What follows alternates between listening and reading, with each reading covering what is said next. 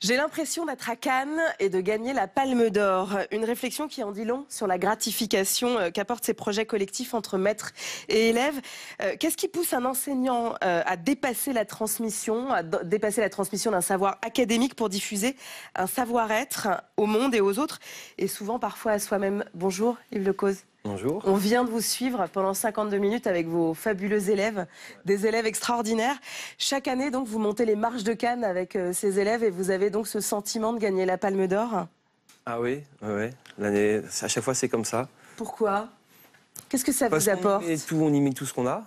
Ils aimaient tout ce qu'ils ont, ils me font confiance, on se fait confiance, j'ai confiance en eux. Et qu'à la fin, on a cet objet-là qui est un film, un beau film.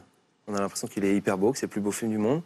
Les parents, ils voient ça, ils sont aussi émerveillés de voir leurs enfants qu'ils n'imaginaient pas pouvoir faire des choses comme ça. Eux-mêmes, en se voyant, n'imaginaient pas être aussi beaux. On sent énormément de fierté quand même dans le regard. Ouais. On est tous fiers. Ça fait 20 ans, je crois, que vous enseignez dans cet établissement. Ouais. Qu'est-ce qui vous a poussé à vous lancer dans ce projet, dans cette expérimentation?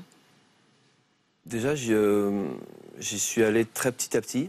J'étais conscient que je m'attaquais à quelque chose de très important, qui est une démarche artistique avec des élèves.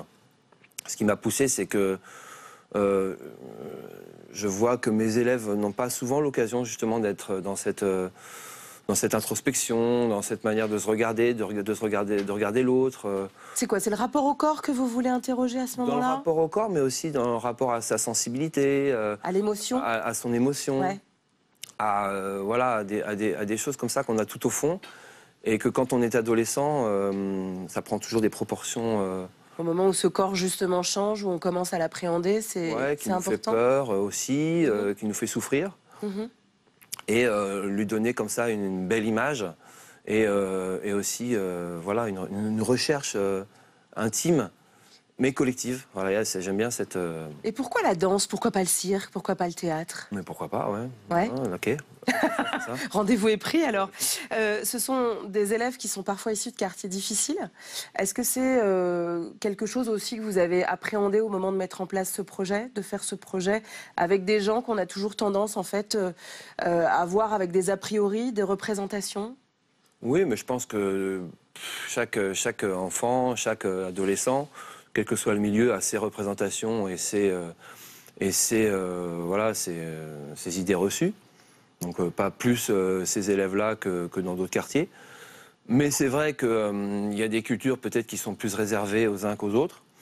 Et que la culture artistique, de la création artistique dans le domaine contemporain, dans la danse, elle peut être effectivement réservée à certaines catégories. Et l'idée, c'est aussi du coup de les sortir d'une forme d'assignation à résidence, qu'il y aurait une forme de culture légitime et légitime à leurs yeux. Oui, c'est vraiment une façon de leur montrer qu'ils font partie du monde dans lequel on est, qu'ils sont pas effectivement exclus d'office. Que ça dépend un peu d'eux aussi, que ça dépend un peu aussi du décodage qu'ils vont pouvoir faire de cette société-là et du regard qu'ils vont pouvoir avoir. Est-ce que vous êtes soutenu par l'institution, par vos collègues, par l'éducation nationale? Comment est-ce qu'on s'aventure hors des sentiers battus comme ça? L'éducation nationale, déjà, en soi, c'est une énorme machine, donc je ne peux pas faire une réponse univoque sur à cette question. Bien sûr qu'il y a plein de collègues qui me soutiennent, au hasard, ça fait long 20 ans que je suis là, donc il y a eu plein de chefs d'établissement qui sont passés et j'ai eu toute forme de soutien. Et par exemple, en ce moment, ça se passe très très bien. Et vous avez d'ailleurs toutes les troisièmes qui passent par vos mains, donc tous les élèves de troisième font cet atelier. Oui, par exemple, là, ça prouve que le chef d'établissement et les collègues me laissent cette possibilité-là de monter ce projet-là. Après, je peux pas. Encore une fois, il s'est passé plein de choses dans l'aventure de ce projet-là, et avec beaucoup de difficultés au début, et maintenant, plus ça avance, plus les gens commencent à reconnaître que dans l'intérêt des élèves, c'est bien de le soutenir. Est-ce que, et ce sera ma dernière question, c'est le rôle de l'école que de s'engager dans ce type d'expérimentation? Je ne trouve pas que ce soit vraiment une expérimentation. Je pense que je suis absolument dans les textes, dans ce qu'on me demande de faire. C'est plutôt ça l'expérimentation que je propose, c'est-à-dire de retrouver le sens même de l'école, pas en termes de savoirs fondamentaux absolument d'instruction stricto sensu, mais plutôt d'aborder les savoirs, d'aborder le rapport à l'école de manière un peu détournée, en tout cas de manière assez riche, assez large. Et la démarche artistique, pour moi, permet absolument d'être dans ce plaisir d'apprendre. Eh bien, justement, l'école doit-elle transmettre autre chose que des savoirs? C'est la question que je vais poser à mes invités qui vont suivre. Merci beaucoup, Yves Lecoz, pour ce film. Pour ces élèves que j'imagine. Le film, c'est Benoît Grimont et Anne Hirsch. Et Anne Hirsch, effectivement, mais merci de nous avoir donné à voir ces moments extrêmement émouvants. Merci à vous. Le débat n'en finit plus de déchirer les politiques scientifiques et pédagogues. Doit-on revenir aux fondamentaux, lire, écrire, compter? Ou l'institution scolaire peut-elle offrir d'autres opportunités, s'ouvrir aux arts, au développement personnel, en somme, s'ouvrir au monde? Pour les 12 millions d'élèves et près de 900 000 enseignants, c'est un enjeu colossal. Pour en débattre, j'ai le plaisir de recevoir 4 invités. Emmanuel Vaillant, bonjour. Bonjour. Vous êtes journaliste spécialisé en éducation. Vous avez collaboré 10 ans au magazine L'Étudiant. Vous signez un livre qui est rafraîchissant, qui s'appelle Bonne nouvelle de l'école, ces profs transforment l'éducation nationale. Et vous ne le savez pas, aux éditions Jean-Claude Lattès. Et vous êtes par ailleurs directeur de la ZEP, Zone d'expression prioritaire. Donc c'est un média jeune et participatif. C'est ZEP.org, le site. ZEP.org, c'est ça. Oui. En face de vous, Jean-Noël Robert, bienvenue. Vous êtes professeur de latin, historien de Rome et directeur de collection aux éditions Les Belles Lettres. Les Belles Lettres où vous signez en cette rentrée témoin de la déséducation nationale. Vous nous en parlerez. Muriel Epstein, bonjour. Vous êtes enseignante-chercheuse à Paris 1 Panthéon-Sorbonne. Vous êtes spécialiste d'éducation et vous avez été professeur de mathématiques et avez vous-même conduit un projet de danse avec vos élèves. Alors, autant quand on est professeur d'éducation physique et sportive, on peut entendre, mais alors vous nous raconterez comment cela a été possible. Vous avez par ailleurs confondé la Lab School, une école qui expérimente à la fois nouvelles pratiques et recherche. C'est bien ça? Qui met en lien la recherche et les pratiques éducatives pédagogiques. Très bien. Et enfin, j'ai le plaisir de recevoir Didier Locoud. Bienvenue, on est ravis de vous recevoir. Vous êtes violoniste et vous vous êtes particulièrement impliqué justement sur ces questions de politique éducative. Vous avez été vice-président du Haut Conseil à l'éducation artistique et culturelle, un organe qui a été créé en 2005 à la fois par le ministère de l'Éducation et de la Culture. Et vous avez également créé une école, donc le Centre des musiques Didier Locoud d'Amarie Lélis, qui forme à l'improvisation et à l'enseignement musical. J'ai bon? Tout à fait. Et on aura, donc en plus vous êtes venu avec votre violon, donc on aura le plaisir de finir l'émission avec vous. Peut-être un mot sur ce film. Que vous inspire l'expérience d'Yves Lecoz, Emmanuel Vaillant? Ça m'inspire d'abord, alors on assiste évidemment à un personnage extrêmement charismatique qui fait un projet magnifique. Mais je pense qu'il faut dépasser cette question du charisme de l'enseignant parce que ce qui m'inspire dans le travail qu'il réalise cet enseignant, c'est que c'est une leçon de pédagogie. C'est-à-dire que c'est un enseignant qui sait comment capter l'attention des élèves, comment les mettre en confiance. Il sait exactement où est-ce qu'il veut les mener. Et c'est en ça qu'il ne faut pas y rester strictement sur le charisme individuel de l'enseignant. C'est une vraie leçon qui nous amène à comprendre comment il est possible de créer de l'appétence chez les élèves, comment il est possible de les faire s'amuser, les faire jouer et en même temps être exigeants. Je trouve que c'est un magnifique exemple de pédagogie. Jean-Noël Robert, qu'est-ce que cela vous a inspiré? Mais écoutez, la même chose que Daniel Vaillant, c'est-à-dire que je retiendrai 3 mots, moi, de ce très beau travail, car c'est un gros travail. Ils ont l'impression, comme ça donne l'impression de s'amuser, en réalité, c'est un travail extrêmement précis. 3 mots, d'abord le mot de confiance. C'est un exercice qui permet d'établir une relation de confiance entre les enfants eux-mêmes et avec l'enseignant, et ça, c'est toujours très difficile à faire, surtout dans les quartiers sensibles. Ensuite, le mot d'envie. Il y a une fille à la fin du reportage qui dit « mais il nous a donné envie de faire ». Et je crois que c'est vraiment le rôle de l'enseignant que de donner envie de découvrir et de faire quelque chose. Et puis, surtout, je pense, il y a le verbe de cette phrase, pour conclure, du professeur qui dit « mais je les aime, ces petits ». Ils sont beaux. Ils sont beaux, je les aime. Et je crois que... Ce genre de choses qu'on n'entend pas forcément. En pédagogie, on y reviendra. Et il y a bien des façons de s'y prendre et il faut les adapter au public auquel on s'adresse. Mais de toute façon, il y a un préalable qui, lui, est vrai pour tout le monde. Si on n'aime pas ceux auxquels on s'adresse, eh bien, on ne fait jamais rien passer. Par conséquent, l'amour, en pédagogie, je pense à une citation qu'avait donnée un professeur que ma mère, elle-même enseignante, avait eu dans sa jeunesse et qui disait « En matière de pédagogie, on n'arrive à rien que par l'amour ». Et je crois que c'est très important. Muriel Epstein, vous avez dû les aimer, vos élèves, à l'époque où vous étiez professeur de mathématiques et vous les avez fait danser? J'ai toujours eu beaucoup de chance et mes élèves ou mes étudiants sont toujours les plus incroyables du monde. Vraiment. Ils sont incroyables. Ceux que j'ai cette année sont incroyables et ceux que j'ai eus sont incroyables. Donc j'ai toujours eu beaucoup de chance. Néanmoins, comme je leur dis souvent, je ne suis pas là pour vous aimer. Et ça me pose beaucoup de questions, en fait, ce que vous proposez, parce que je ne crois pas que le rôle d'un enseignant soit d'aimer ses élèves. C'est de les aider, de leur apprendre des choses, de les faire grandir. J'aime bien cette citation de mai 68, « Professeur, vous nous faites vieillir ». Qu'est-ce que ça veut dire, faire vieillir ? Est-ce que vous avez vécu la même chose que Yves Lecros quand vous avez fait danser vos élèves en forme d'abscisse peut-être et de... Qu'est-ce que vous leur avez fait faire? Faut que je me lève? Vous voulez que je vous montre? Alors là, racontez-nous déjà. On a fait de la géométrie dans l'espace.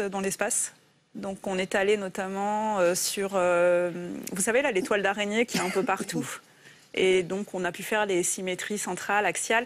Mais au lieu que ce soit la prof, en plus je dessine très très mal, donc il dessine A, A', qui deviennent BB' ou BB'. Et on ne sait pas très bien pourquoi ce serait BB' ou BB' comme ça. Mais par contre, si vous avez Sébastien d'un côté, Mohamed de l'autre, et que vous êtes à 3 mètres de haut et que vous devez tourner en vous croisant ou pas sur le fil, la différence entre une symétrie axiale et une symétrie par rapport à un plan... Là, vous l'expérimentez finalement. Vous la voyez bien, la notion de... le fait que là, j'ai une rotation et que la rotation de ma main droite n'arrive pas sur ma main gauche par rapport à la symétrie en miroir. Là, le fait que ça vienne pas, ce qu'on appelle la chiralité. Vous le voyez dans l'espace, vous pouvez l'expérimenter physiquement. Je vous assure que si je vous mets A', BB' au tableau... moi, ça ne me parlera pas, ça, on est d'accord. Alors que si vous devez passer sur un fil à 3 mètres de haut, ça va vous parler. Qu'est-ce que ça apporte, Muriel Epstein, de fonctionner comme ça, par ce type, alors je ne sais pas, d'expérimentation, de projet? Comment est-ce que vous le définiriez? Alors ça apporte plein de choses différentes. La première chose, de mon point de vue, même si... il y a pas mal de remises en cause avec les neurosciences de cette idée-là, ça apporte différents types de mémorisation. Pour notamment toutes les personnes qui sont kinesthésiques, qui mémorisent avec le mouvement, le fait de faire rentrer le corps en jeu permet d'incorporer, au sens propre, tout un tas de définitions. Ça apporte une cohésion de groupe qu'on voit merveilleusement bien dans le documentaire. Moi, j'adore ce passage où ils sont sur le parvis du Trocadéro. Ils trouvent que c'est beau si on se mettait à danser.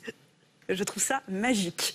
Cette cohésion de groupe instantanée avec, on connaît tous la chorégraphie, on sait tous synchroniser. Didier Lecous, je voudrais vous entendre là-dessus. Est-ce que vous diriez d'Yves Lecros et de cette éducation physique et sportive que finalement c'est un apprentissage de l'art ou que c'est juste en fait un rapport strict au corps?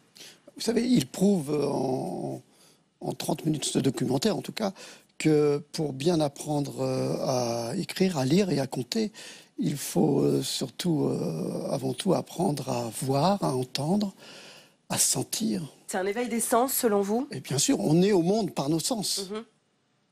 Vous voyez, et pas que par le cerveau. C'est pas un cerveau qui arrive comme ça par miracle. Je veux dire, c'est nos sens, et nos sens sont nos capteurs. Et ce sont ces sens qui nous conduisent à connaître des émotions. C'est pour ça que l'éducation à l'émotion, telle qu'on le voit là, est extrêmement importante, puisque la problématique de ces jeunes, c'est comment peuvent-ils s'inscrire dans le monde d'aujourd'hui avec les émotions qu'ils connaissent.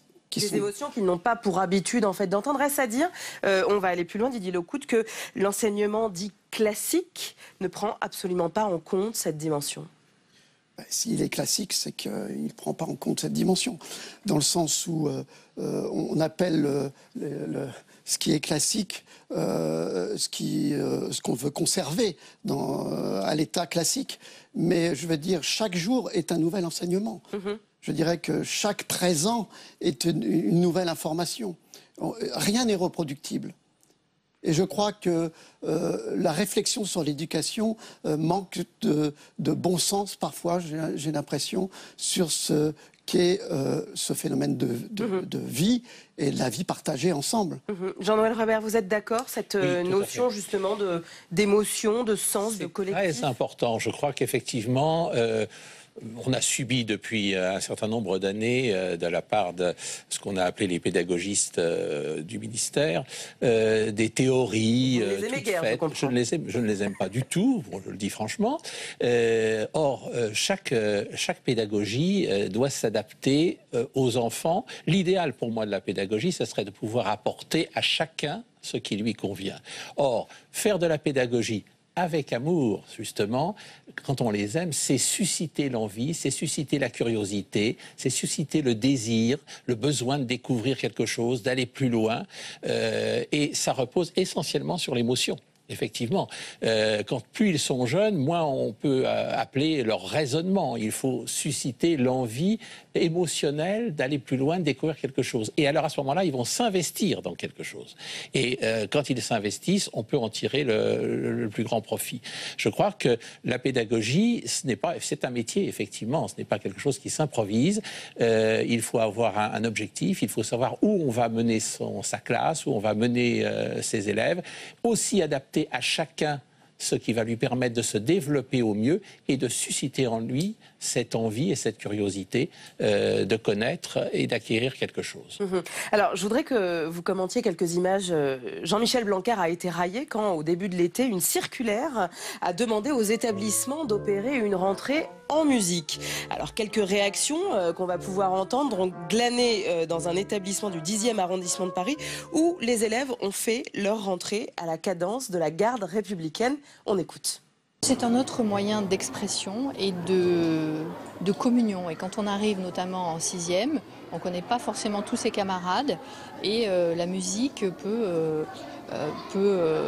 être source de rencontres avec les autres. Mettre de la musique, plus de musique dans l'école, je trouve ça vraiment, je trouve que c'est une belle initiative. Et puis surtout, je pense qu'un peu de musique, comme ils sont tous un petit peu stressés, ça peut les détendre un petit peu, leur faire plaisir. Emmanuel Vaillant, est-ce que c'est important ou est-ce que c'est accessoire, ce type de décision? Ça participe de l'accompagnement des jeunes à l'éveil musical. C'est une très bonne initiative, mais c'est quand même un symbole, quoi. C'est juste un événement de la rentrée qui montre que, je pense que c'est un symbole politique même qu'a voulu faire passer le ministre, qui montre que on veut prendre en compte le fait que l'enseignement, c'est pas juste de dispenser des savoirs, c'est aussi académique, c'est aussi participer de l'éveil de l'enfant, et la musique a une place prépondérante là-dedans. Didier Locoud, vous êtes d'accord? C'est une forme d'ouverture vers autre chose, mais après tout, les apprentissages artistiques, on a tous eu des cours de musique, d'art plastique, que ce soit au collège. Est-ce que ça change grand-chose? Vous savez, avant, je crois que c'était au XVe ou XVIe siècle, on apprenait les mathématiques avec la musique. Le cours de mathématiques, c'était aussi la musique, Pythagore, etc., les intervalles. Et en plus, le son, il faut savoir que le son, aujourd'hui, si on parle de physique quantique, par exemple, on sait très bien que la fréquence, c'est un des éléments très présents dans la physique quantique. Donc, oui, la musique, c'est quelque chose qui touche tout le monde. Même ceux qui disent ne pas aimer la musique et toute discipline artistique est considérée comme un divertissement. Ouais. Et non pas comme une fondation. Je dirais que apprendre la musique, je le vois puisque je travaille avec des classes orchestres, c'est-à-dire que je m'occupe de classes orchestres. Donc je retrousse les manches et je vais aussi dans les zones difficiles travailler avec des jeunes à qui on confie des instruments, et on commence directement la musique par la pratique, l'expérimentation. Et je crois que l'expérimentation, c'est le meilleur moyen d'incarner une connaissance. Vous voyez ce que je veux dire? Donc oui, effectivement, ça fait des années depuis que je travaillais au Haut Conseil qu'on défendait ces pratiques à l'école, et je ne sais pourquoi ça ne se met pas en place. Je commence à comprendre pourquoi ça ne se met pas en place. Pourquoi? Puisque le système et la société, dans son état actuel, ne demandent pas à l'éducation que l'on donne à nos enfants à les rendre plus intelligents ou plus sensibles ou plus rentrer dans une conscience plus élevée. Puisqu'on demande à nos enfants, aujourd'hui, de devenir soit des producteurs, soit des consommateurs ou des producteurs-consommateurs. Muriel Epstein, diriez-vous qu'il faut, quand aujourd'hui on a beaucoup de difficultés en fait, à intégrer des élèves dans une trajectoire scolaire dite classique, est-ce qu'il faut en passer par une forme d'apprentissage ludique pour pouvoir espérer en fait, les accrocher? Je pense que ça dépend des enfants et des élèves et de leur milieu et de leurs prérequis scolaires, etc. Vous avez en fait, plus les jeunes sont en difficulté scolaire, plus ils sont en demande de normalité, de ce qu'ils ont comme vision de la normalité. C'est-à-dire que faire un projet artistique à des enfants qui vous paraît à vous plus ludique, à des enfants qui sont plus éloignés des normes scolaires, c'est plus difficile. C'est plus difficile parce qu'ils ont plus l'impression qu'on va les prendre pour des idiots, qu'on les respecte pas, etc. Et ce sera d'une certaine manière plus facile de les emmener sur un projet que je vais qualifier de manière visiblement exigeante que de les emmener sur un projet visiblement ludique, où ils auront l'impression qu'on va se moquer d'eux et qu'on va rien leur apprendre. En gros, l'enseignement doit s'adapter à son public. Emmanuel Vaillant. Oui, alors il y a un vrai, comment dire, pour rentrer dans le débat, parce qu'on tourne autour en l'évitant et sans mettre les mots sur les choses. Là, effectivement, il y a un débat entre ceux qui pensent, qui est souvent un peu caricaturé, entre ceux qui pensent que la primauté va au savoir, il faut que les savoirs soient lire, écrire, compter, et puis plus évidemment le latin, etc., qui doit être donné aux enfants, et les enfants sont des réceptacles de ces savoirs.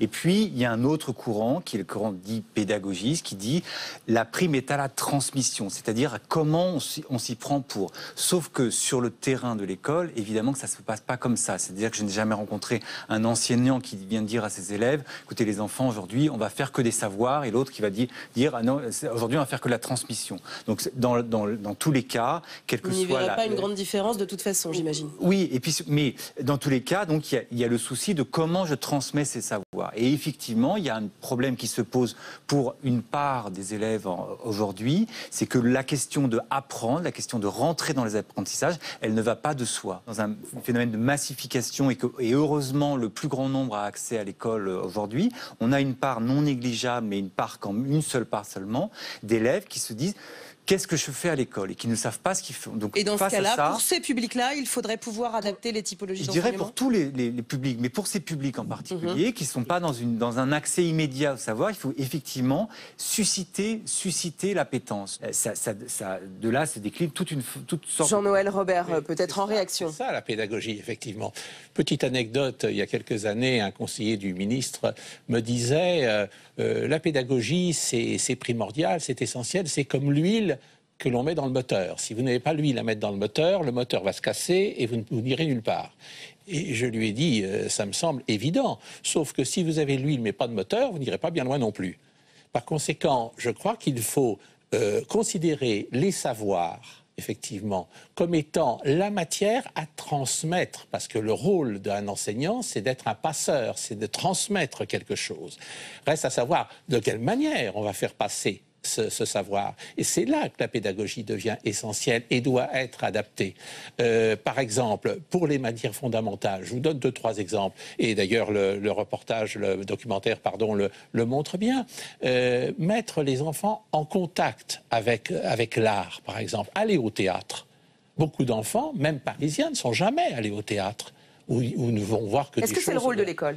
Eh bien, je pense que c'est le rôle d'un enseignant, oui, bien que ça ne se passe pas pendant les heures scolaires, de traîner sa petite troupe au théâtre, de leur montrer des choses. Et il y a des révélations qui se font. Donc en fait, l'école doit aller au-delà du savoir académique classique. J'ai un exemple, avec des grands lycéens, évidemment. Mais un exemple où, grâce à Daniel Mesguich, quand il était directeur du conservatoire, j'emmenais ma petite troupe assister à des répétitions de ses élèves de 3e année. Au Conservatoire national supérieur, donc d'art dramatique à Paris. Eh bien, je peux vous dire que ces jeunes étaient médusés de voir le travail. Et c'était fastidieux parce que ça durait 4 heures, une répétition, quand c'était pas 5 heures. Et c'était sur 2 petits passages de rien du tout, sans cesse retravaillés. Et on voyait les finesses.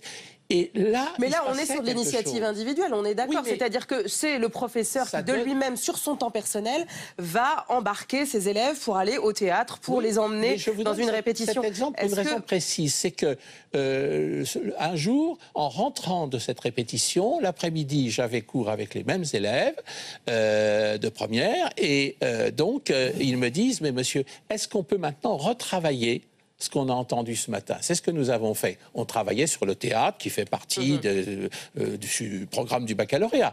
Bon, eh bien, on a retravaillé. Et ils avaient même retenu par cœur le texte des 2 petites scènes qui avaient été travaillées le matin. Et donc, ça a été extrêmement profitable pour allier justement l'expression corporelle. Et du coup, le théâtre n'était pas simplement un texte qui était là, mais ça devenait un levier en fait d'apprentissage. Ça devenait quelque chose qui permettait de transmettre, de comprendre ce que l'auteur avait dit. À ce propos, diriez-vous justement que l'art peut être un levier pour aller vers des types d'apprentissage plus fondamentaux? Mais bien sûr, l'art, déjà, c'est se passionner pour quelque chose qui nous dépasse et quelque chose qui nous emmène vers un ailleurs. Je vais quand même revenir sur les problèmes de l'éducation aujourd'hui. Ils sont liés aussi aux avancées technologiques. Par exemple, aujourd'hui, quand j'enseigne le violon, je ne peux pas enseigner le violon à un enfant aujourd'hui comme je l'enseignais il y a 20 ans. Je vois des enfants qui commencent le violon et au bout d'un mois, 1 mois et demi, ils arrêtent. Ils arrêtent parce qu'ils vont sur leur tablette et ils ont tout ce qu'il faut directement. Donc on rentre dans autre chose. Je ne dis pas que ce n'est pas bien. Ce que propose la société à nos enfants nous conduit, nous, à devoir réfléchir à des modes d'enseignement et d'éducation très particuliers. Et je trouve ce qui a été fait là est très intéressant dans ce film parce qu'on travaille sur l'instinct, on travaille sur l'animalité. Vous voyez, et le problème dans l'éducation, c'est qu'on n'est ni dans l'affectif, ni dans l'animalité. C'est une négation finalement en fait de l'individu selon vous? Mais il y a une négation de l'être humain. Emmanuel Vaillant, moi ce que j'entends aussi, c'est qu'on est dans des espèces d'initiatives individuelles de la part des professeurs. On a un peu le sentiment d'extérieur que l'éducation nationale n'est pas vraiment engagée dans ce type d'expérience. Est-ce que c'est le cas ou pas? Moi, il me semble qu'elle l'est de plus en plus. Il me semble, et j'ai pas voulu porter à travers cette enquête un regard béatement optimiste sur une transformation de l'école. C'est en allant sur le terrain que je me suis rendu compte que ces initiatives individuelles, en tout cas au sens de portées par un enseignant ou portées par un établissement, elles font sens collectivement. C'est-à-dire elles font sens effectivement d'une transformation qui s'opère de l'école à bas bruit, avec des difficultés, etc. Mais dans un contexte de société qui a fondamentalement changé et auquel il faut bien s'adapter. C'est-à-dire que la question, par exemple, que vous abordiez sur la place du numérique et les comportements que ça induit sur les enfants, etc., il faut faire avec. La question n'est plus de savoir si l'école doit être avec ou sans numérique. Le numérique, il est là. Donc on ne peut pas créer des barrières et refaire de l'école un sanctuaire. Il faut accompagner ces changements. Il faut évidemment que l'école soit un lieu particulier, un lieu de ralentissement par rapport au brouhaha et à la rapidité, etc.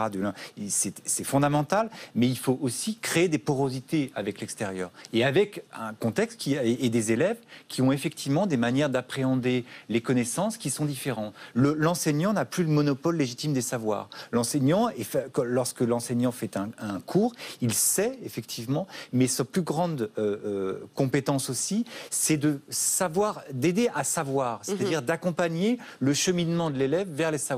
Et c'est là où il y a une transformation du rôle de l'enseignant. C'est plus juste un pourvoyeur de savoir, c'est aussi celui qui sait savoir, qui sait orienter l'enfant vers les questionnements et les savoirs. Jean-Noël Robert. Oui, justement, cette question du numérique est très importante parce que maintenant, évidemment, c'est très à la mode, tout le monde se promène avec différents ustensiles que chacun connaît. Pour mémoire, je vous rappelle que dans la Silicon Valley, tous les ingénieurs qui travaillent chez Google et compagnie, et ça c'est assez amusant, ils ne mettent pas leurs enfants. Ne veulent pas qu'il y ait d'ordinateurs et de tablettes dans les écoles chez eux, ils en ont, mais dans les écoles de leurs enfants. Alors, n'allons pas jusque-là. C'est un peu une fake news. Non, mais c'est très très bien. Est-ce que vous avez lu les travaux de M. Plantard sur l'équipe sur Inéduc? Laissez-moi terminer. Alors, Jean-Noël Robert va terminer, ça va être à vous, Muriel Epstein, je vous en prie. Moi aussi, je suis bien sûr pour l'utilisation de ces outils à l'école, puisqu'il faut profiter de ce que la technologie nous apporte. Mais ce que je reproche, c'est que l'école n'apprend pas toujours à considérer ces ustensiles comme des outils. Et finalement, ça remplace quelquefois l'enseignant et la crédibilité que l'on porte à l'enseignant. Et ça enlève une notion qui est très importante, qui va rejoindre ce que disait Didier Lockwood à propos de l'étude du violon, qui est quand même la notion d'effort. C'est-à-dire qu'il y a quand même, dans le plaisir si possible, mais un effort à fournir, que ça soit à l'écriture quand on écrit en français, que ça soit pour la danse, que ça soit pour la musique. Et aujourd'hui, cet effort, selon vous, cet effort, il n'est plus poursuivi parce qu'il est tellement facile de... On est dans une forme de consumérisme, finalement. Spectateur grâce aux tablettes. Muriel Epstein va vous répondre. Oui, je boule, j'ai beaucoup de choses à dire. Alors, la première chose, c'est effectivement dans les milieux très favorisés, il n'y aurait aucun problème à ce qu'on... S'il n'y avait que des milieux très favorisés du niveau de la Silicon Valley, il n'y aurait aucun problème à ce qu'on n'enseigne pas le numérique à l'école puisque c'est fait à la maison.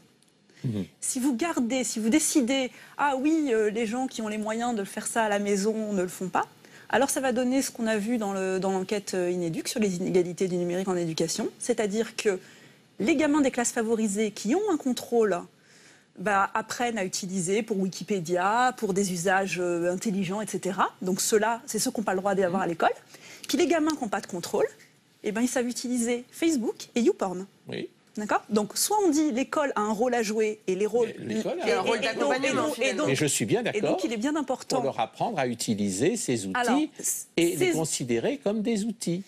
Ensuite, et l'autre chose qui m'a beaucoup plu et qui me parle énormément, qui est la notion de transdisciplinarité, et que souvent les gens, j'ai un peu envie, peut-être caricaturalement, de mettre M. Robert dans ces gens, ont tendance à dire transdisciplinarité, il n'y a plus de transmission de savoir. Parce qu'effectivement, quand on monte un projet transversal... Je vous laisse continuer, mais je vous rassure, j'ai utilisé moi-même beaucoup la transdisciplinarité. Une des raisons pour lesquelles ça ne prend pas, c'est que les enseignants sont formés de manière disciplinaire, à enseigner leur discipline, sont évalués de manière disciplinaire et jugés sur leur discipline. Donc tout est fait pour que chacun reste dans sa discipline. Ce que vous pointez, c'est quand même un problème de formation. C'est les modalités en fait, de formation des enseignants qui, derrière, n'arrivent pas à sortir de ce corset. Pas que ça, c'est aussi une conception qui est générique de l'éducation, c'est-à-dire de dire, par exemple, si j'étudie l'objet pomme ou l'objet violon, je pourrais étudier en quoi il est constitué, peut-être qu'il y a des cours de menuiserie, peut-être qu'il y a des cours d'acoustique, peut-être que je pourrais voir en quoi le violon a inspiré les poètes, enfin, on pourrait peut-être faire toutes les matières autour de l'objet violon. Mais de dire l'objet violon ne dépend que du prof de musique, ça veut dire que je n'ai pas le droit de l'étudier sous un plan physique. Et de dire qu'il est artificiel d'étudier quoi que ce soit de manière transdisciplinaire est pour moi un contresens monstrueux sur ce qu'est la vie, la compréhension du monde, qui, au contraire, devrait être dans une exception. Emmanuel Vaillant. C'est l'injonction à laquelle l'école doit répondre qui est assez compliquée. C'est que d'un côté, effectivement, il faut transmettre des savoirs dits fondamentaux, du lire, écrire, compter, etc. Et en même temps, il faut comprendre comment dialoguent les disciplines entre elles. Et donc l'école, on lui demande de répondre à tout ça. Et en plus, on lui demande de répondre à la question fondamentale que pose Didier Lockwood, c'est la question de la créativité, la question de l'autonomie, de la capacité de l'enfant à penser par lui-même. Alors j'entends justement donc la conclusion et on y arrive malheureusement. Quel est le rôle de l'école selon vous, Didier Lockwood ? Je pense que l'école est un des derniers sanctuaire de la connaissance humaine, de la connaissance de l'être humain. Encore une fois, mais je pense qu'on peut trouver aussi peut-être un autre sens à l'éducation. C'est-à-dire, comme nous sommes tous des êtres uniques, celui qui n'est pas moi est mon complément. Donc, plutôt que d'être dans la rivalité de la réussite, pour la réussite, c'est d'apprendre les enfants à se compléter. À être ensemble, finalement. À être ensemble, mais à se compléter de l'autre. Vous voyez ce que je veux dire ? Et apporter son complément aussi à l'autre. Emmanuel Vaillant ? Il me semble que l'école, elle est entre deux injonctions. L'un, c'est Paul Ricoeur qui disait « tout autodidacte est un imposteur ». Et de l'autre, c'est un psychologue américain qui s'appelle Carl Rogers qui dit « on n'apprend rien mieux que par soi-même ». Et en fait, l'école, il faut qu'elle joue entre ces deux injonctions qui sont a priori paradoxales pour constituer une pédagogie, une manière d'enseigner. Et c'est là qu'on revient au documentaire, c'est-à-dire que c'est un métier. C'est un métier qui s'apprend, l'enseignant. Et bien justement, puisque c'est un métier qui s'apprend, on a trouvé une vidéo qui fait le buzz depuis quelques semaines sur Internet. C'est un professeur de mathématiques, petit clin d'œil, à Issaba, qui est donc prof à Montreuil et qui a décidé, pour faire apprendre le théorème de Pythagore à ses élèves, de les faire rapper. On écoute. Si aujourd'hui je prends le micro, c'est pas pour faire des rimes hardcore, mais pour vous expliquer le théorème de Pythagore. Mais d'abord, faut voir si le triangle est bien rectangle. Si c'est pas le cas et que tu l'utilises, je te jure, je t'étrangle. Ensuite, tu dois repérer l'hypoténuse. C'est le plus grand côté, mais ça tu le sais depuis des lustres. C'est le côté du triangle en face de l'angle droit. Je précise pour ceux qui se demandent encore, je parle de quoi. Et le théorème nous dit que l'hypoténuse au carré est égale à la somme du carré des deux autres côtés. La somme, c'est la vision. Voilà. Donc au moins, ça m'aura permis, moi, de réviser mon théorème de Pythagore que j'avais donc oublié. Je rappelle. Vous savez qu'on peut rapper aussi, par exemple, en apprenant Racine. Hein. Ah non, mais ça, bien entendu. Et d'ailleurs, la prochaine fois, je compte bien vous demander de venir en rappant du Racine. Jean-Noël Robert, je rappelle votre livre Témoin de la déséducation nationale. C'est aux éditions Les Belles Lettres. Emmanuel Vaillant, bonne nouvelle de l'école. Ces profs transforment l'éducation nationale et vous ne le savez pas. C'est aux éditions Jean-Claude Nattès. Enfin, Une idée folle, le film de Judith Grimbach. Donc, c'est un film documentaire qui a été tourné dans 9 établissements scolaires publics et privés. Et Une idée folle se pose la question du rôle de l'école, justement, au XXIe siècle. Vous rejoignez la page Facebook, il y a plein de projections en France et ailleurs. Bien entendu, Didier Lockwood, ce sera à vous de clôturer cette émission. Alors, je vais vous demander chacun ou chacune une note, puisque je vais faire de un morceau improvisé complètement. Alors, là, je m'en doutais, tiens. Si. Fa. Et sol.